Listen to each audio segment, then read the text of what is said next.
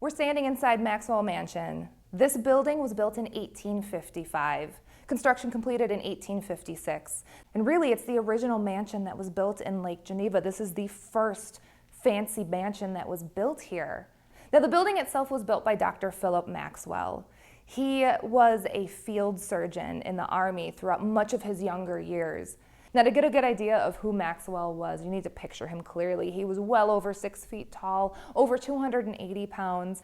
He was also very well known for a particular activity he would engage in after hours. He'd spend time with his friends at his parties, and he'd get his drink on, and then he was well known for galloping down the middle of the streets, top speed, one drink in hand, and yelling wildly through the streets as he did so. He was a jolly, entertaining man.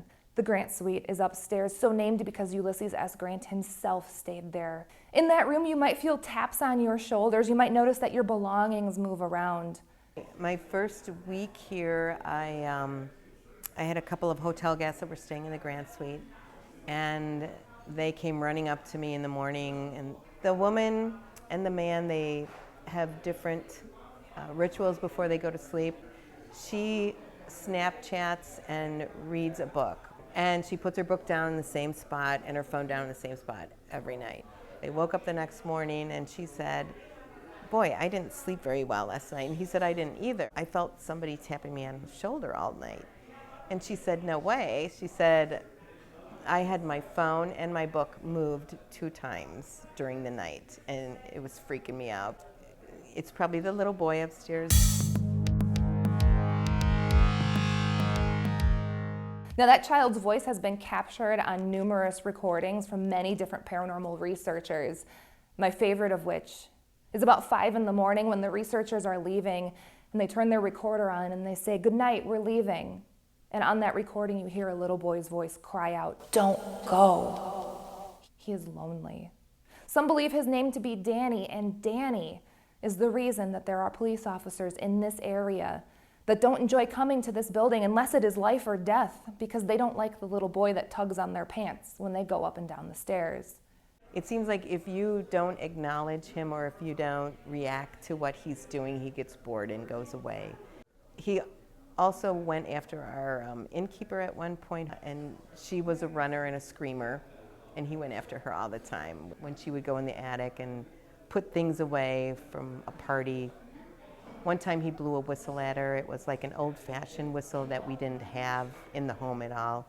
And she came barreling down the stairs screaming, "Ah!" I will tell you a Nancy Waspy story. She used to own the house before here.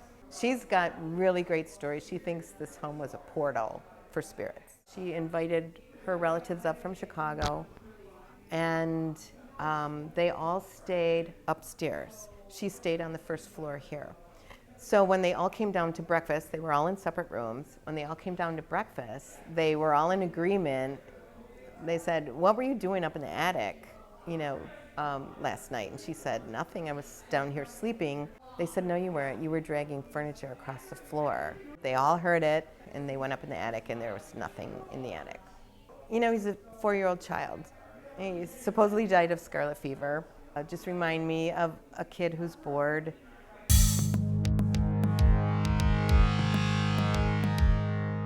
I just went dollar store toys. I put him in a cup, and I don't know if somebody's fooling with me, but he did like the dragon and Elmo from Sesame Street, because they were out of the cup on the floor. But that pales in comparison to what one of the caretakers experienced.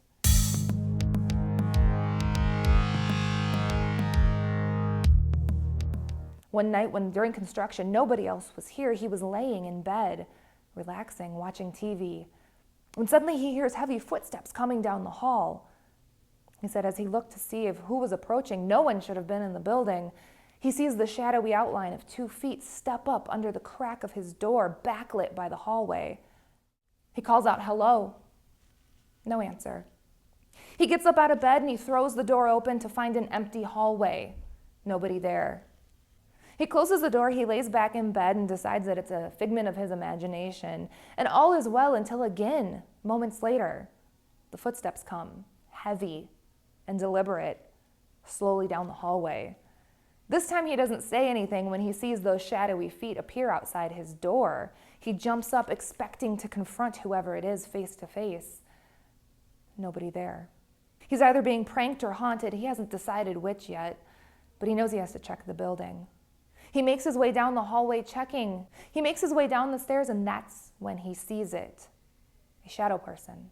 Darker than dark, blacker than black, about 4 feet high, the energy so intense.